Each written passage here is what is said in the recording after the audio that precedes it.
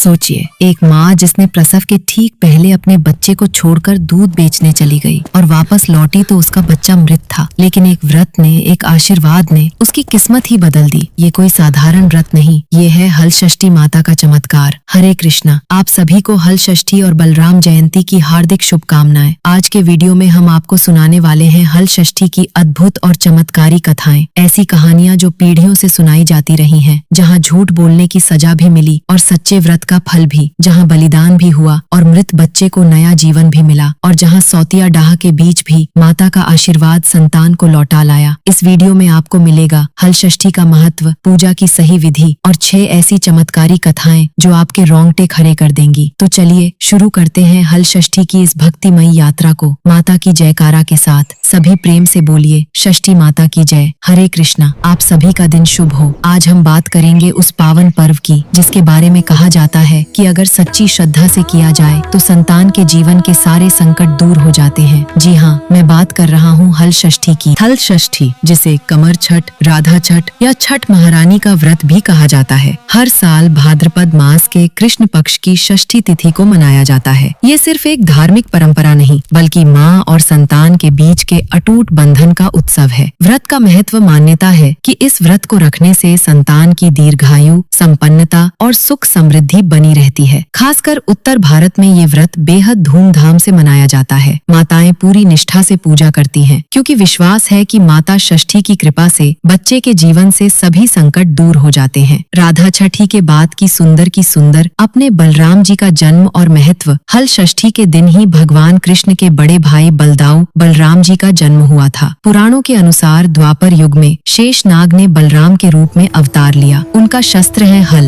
और इसी वजह से इस दिन हल से जुड़ी हुई चीजों का विशेष महत्व है। इस दिन के विशेष नियम और वर्जनाएं। महिलाएं हल से जुती हुई जमीन पर चलती नहीं हैं और न ही हल से उत्पन्न अनाज का सेवन करती हैं। व्रत में गाय के दूध का इस्तेमाल वर्जित है। पूजा और प्रसाद में सिर्फ भैंस के दूध से बने दही, मक्खन और घी का उपयोग होता है। ये व्रत परंपरागत रूप से सिर्फ पुत्रवती स्त्रियों द्वारा किया जाता था, लेकिन आज के समय में पुत्र पुत्री दोनों के लिए माता पिता इसे रख सकते हैं। आधुनिक दृष्टिकोण। पहले ये व्रत केवल उन माताओं द्वारा किया जाता था जिनके पुत्र होते थे, लेकिन आज इसका स्वरूप बदल चुका है। अब इसे संतान सुख की कामना करने वाली या संतान की लंबी उम्र चाहने वाली कोई भी महिला कर सकती है। इस दिन दीवार पर गाय के गोबर से हर छठ का चित्र बनाया जाता है। इसमें श्री गणेश, लक्ष्मी जी, भगवान शिव, पार्वती जी, गंगा और यमुना के चित्र शामिल होते हैं। झरबेरी, ताश और पलाश की एक एक शाखा का इस्तेमाल पूजा में होता है। और हाँ, इस दिन पूजा में जो 7 प्रकार के भुने हुए अनाज का भोग लगता है, उसका भी एक खास महत्व है। क्यों? क्योंकि यही अनाज आगे की कथा में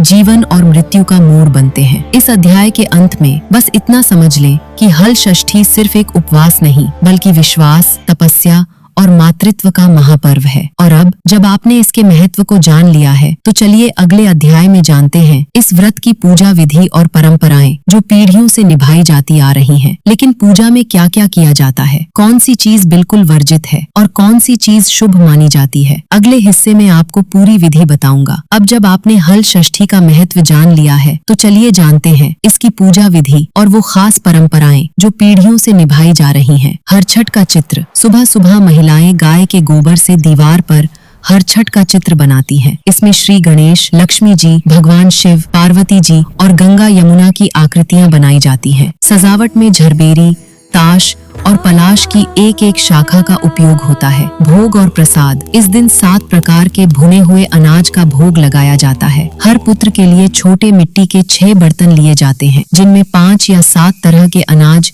या सूखे मेवे भरे जाते हैं। पूजा के बाद महिलाएं हर छठ की कथा सुनती है। खाद्य नियम। गाय का दूध और उससे बने पदार्थ पूरी तरह वर्जित है। केवल भैंस के दूध से बने दही, मक्खन, घी का प्रयोग होता है। खाने में केवल वृक्ष पर लगे खाद्य पदार्थ ही लिए जाते हैं, खासकर महुए का फल। महिलाएं तालाब में उगे पसही, तिन्नी या पचहर चावल खाकर व्रत रखती है। हल का नियम। इस दिन हल से जुती हुई जमीन पर चलना या हल से उत्पन्न चीजों का उपयोग करना वर्जित है, क्योंकि बलराम जी का शस्त्र हल है और इस दिन उसका विशेष सम्मान किया जाता है। अब जब पूजा की विधि और नियम जान गए हैं, तो चलिए सुनते हैं हल षष्ठी की पहली चमत्कारी कथा, एक ग्वालिन की जिसके झूठ ने उसके बच्चे की जान ले ली, लेकिन माता के आशीर्वाद ने उसे जीवन लौटा दिया। ये कहानी है एक ग्वालिन की जिसका प्रसव का समय करीब था, लेकिन मन दूध दही बेचने में ही अटका हुआ था। भाद्रपद मास की षष्ठी तिथि थी। ग्वालिन प्रसव पीड़ा में थी, लेकिन उसने सोचा, अगर मैं घर में रुक गई तो दूध दही खराब हो जाएगा और नुकसान हो जाएगा। वो अपने सिर पर दूध दही के घड़े रखकर बेचने निकल पड़ी। रास्ते में पीड़ा बढ़ी तो वो झरबेरी के पेड़ के नीचे गई और वहीं एक बच्चे को जन्म दिया, लेकिन उसे वहीं छोड़कर वो पास के गांव दूध बेचने चली गई। गांव में उसने गाय और भैंस के दूध को मिलाकर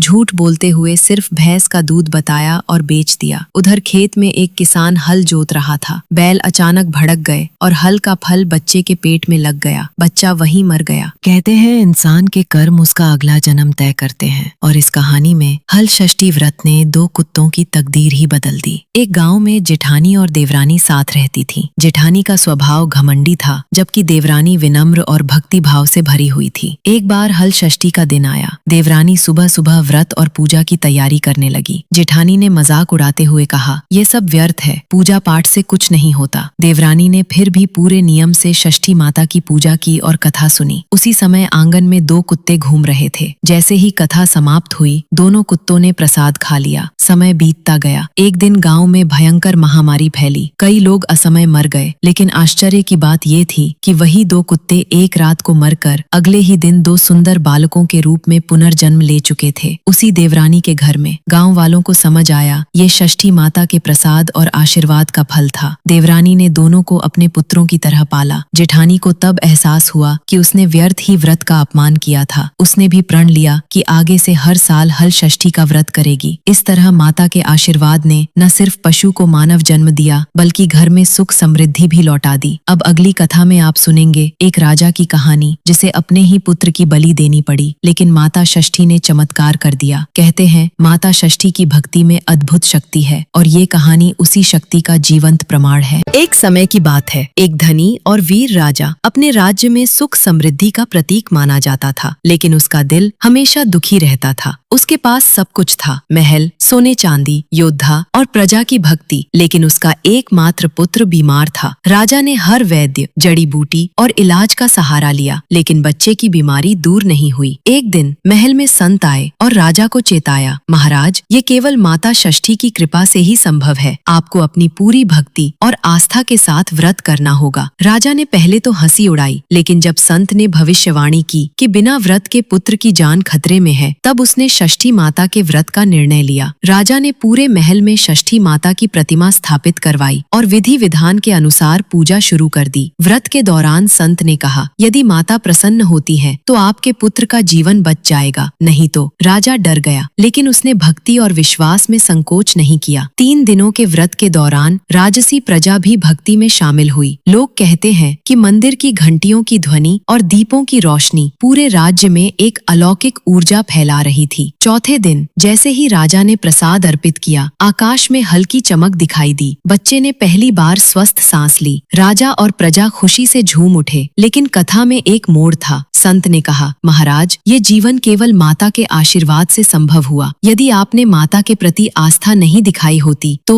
राजा ने अपनी भूल को महसूस किया। उसने प्रतिज्ञा की कि हर साल षष्ठी माता का व्रत और भव्य उत्सव राज्य में मनाया जाएगा। इस कहानी से हमें ये सीखने को मिलता है कि सच्ची भक्ति में शक्ति होती है। षष्ठी माता केवल उन पर कृपालु होती हैं जो दिल से श्रद्धा रखते हैं। परिवार और राज्य का कल्याण माता के आशीर्वाद पर निर्भर करता है। राजा की कथा ने पूरे राज्य में ये संदेश फैलाया कि भक्ति और पूजा केवल परंपरा नहीं है, बल्कि जीवन और मृत्यु के बीच का पुल है। अब अगली कथा में आप सुनेंगे एक साधारण महिला की कहानी, जिसने अपनी कठिनाई और संघर्ष के बावजूद माता षष्ठी की कृपा से अपने परिवार को सुख समृद्धि दिलाई। एक छोटे से गांव में सावित्री नाम की महिला रहती थी। वो साधारण किसान परिवार से थी और अपने पति तथा 2 बच्चों के साथ एक छोटे से घर में रहती थी। जीवन कठिन था, लेकिन सावित्री की श्रद्धा और भक्ति अत्यंत प्रबल थी। सावित्री के जीवन में एक बड़ा संकट आया जब उसके छोटे बेटे को गंभीर बीमारी ने घेर लिया। गांव के बड़े वैद्य और डॉक्टर भी मदद नहीं कर पाए। सावित्री निराश और व्यथित हो गई, लेकिन उसने हार नहीं मानी। उसे याद आया कि उसकी माँ हमेशा कहती थी, सावित्री, माता षष्ठी की कृपा से सब संभव है। सच्ची भक्ति में जीवन बदल जाता है। सावित्री ने मन में ठान लिया कि वो षष्ठी माता का व्रत और पूजा करेगी। उसके पास महल या बड़े राज्य जैसी सुविधाएं नहीं थी, लेकिन उसका मन और भक्ति शुद्ध थी। उसने अपने घर के छोटे मंदिर में माता की प्रतिमा स्थापित की और रोज सुबह शाम पूजा करने लगी। सावित्री ने व्रत के नियमों का पालन करते हुए नमक, तेल और अन्य दैनिक कार्यों में संयम रखा। उसने अपने परिवार को भी इसमें शामिल किया। उसके पति पहले तो आश्चर्यचकित थे, लेकिन धीरे धीरे उन्होंने भी विश्वास करना शुरू कर दिया। 3 दिनों तक सावित्री ने पूरी निष्ठा से पूजा की। वो गरीबी और कठिन परिस्थितियों के बावजूद अपना ध्यान माता पर केंद्रित रखती रही। गांव वाले भी उसकी भक्ति देखकर प्रेरित हुए और कुछ लोग उसके साथ मिलकर पूजा और भजन करने लगे। तीसरे दिन जैसे ही सावित्री ने अपने बेटे के लिए विशेष भोग अर्पित किया, एक अद्भुत परिवर्तन दिखाई दिया। बेटे की स्वास्थ्य में धीरे धीरे सुधार होने लगा। वो पहले से अधिक मजबूत और खुश लगने लगा। सावित्री ने महसूस किया कि माता की कृपा केवल उन लोगों पर होती है जो निश्चल भक्ति और सच्चे हृदय से श्रद्धा रखते हैं। उसके लिए ये कोई केवल चमत्कार नहीं था, बल्कि जीवन की सबसे बड़ी सीख थी। सावित्री की कहानी गांव में फैल गई। लोग उसकी भक्ति देखकर समझ गए कि माता षष्ठी की कृपा केवल धन या शक्ति से नहीं, बल्कि हृदय की शुद्धता से प्राप्त होती है। सावित्री ने प्रतिज्ञा की कि वो हर वर्ष षष्ठी माता का व्रत और पूजा मनाएगी, चाहे परिस्थिति जैसी भी हो। उसका ये निश्चय पूरे गांव के लिए प्रेरणा बन गया। इस कहानी से हमें ये संदेश मिलता है कि सच्ची भक्ति में कोई बड़ी या छोटी स्थिति मायने नहीं रखती। माता की कृपा केवल बड़े राजाओं या धनी लोगों के लिए नहीं है, बल्कि हर व्यक्ति के लिए है। परिवार की रक्षा और बच्चों की खुशहाली माता के आशीर्वाद से संभव होती है। सावित्री ने ये भी सिखाया कि संकट की घड़ी में विश्वास और भक्ति ही सबसे बड़ा हथियार है। कठिनाई चाहे कितनी भी बड़ी क्यों न हो, यदि दिल से भक्ति और श्रद्धा रखी जाए तो माता षष्ठी की कृपा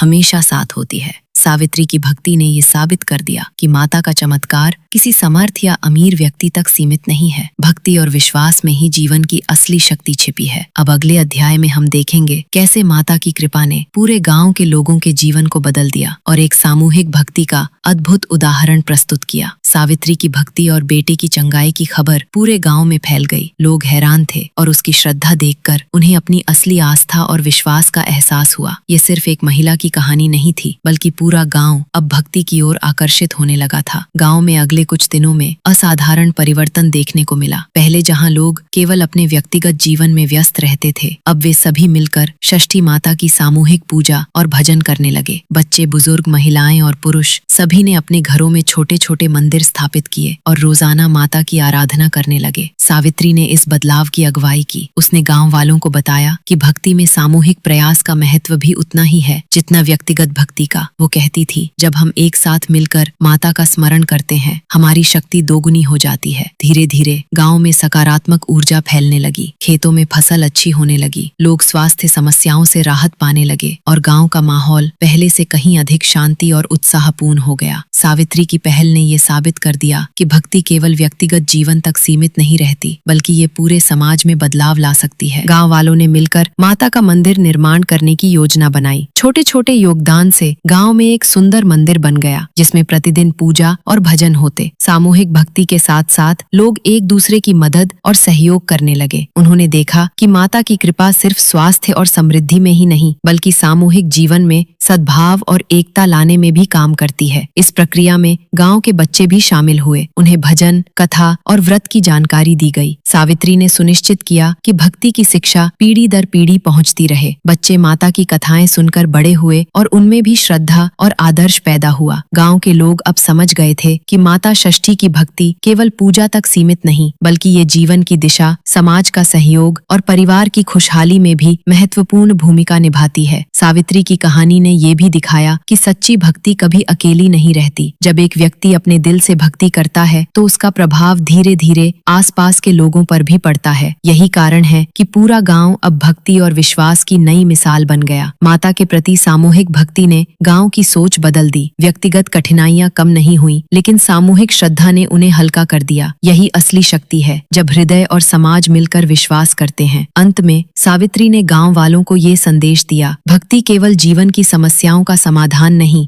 बल्कि समाज में बदलाव, प्रेम और सहयोग का मार्ग भी है। जब हम साथ मिलकर विश्वास और श्रद्धा रखते हैं तो माता की कृपा हर किसी पर होती है। गांव अब न केवल आध्यात्मिक रूप से संपन्न हुआ, बल्कि यहाँ के लोग समानता, सहयोग और सामूहिक भक्ति के लिए एक आदर्श बन गए। सावित्री की निष्ठा और उनकी पहल ने ये साबित कर दिया कि एक साधारण महिला भी पूरे गांव का जीवन बदल सकती है। तो दोस्तों, यही थी सावित्री और उनके गांव की कहानी। एक प्रेरणा, एक बदलाव और एक संदेश कि छोटे कदम भी बड़ा फर्क ला सकते हैं। अगर आपको ये वीडियो पसंद आया तो लाइक और शेयर करना मत भूलिए, और ऐसे ही और प्रेरणादायक कहानियों के लिए सब्सक्राइब करें। याद रखिए, विश्वास, प्रयास और प्रेरणा, यही है असली चमत्कार।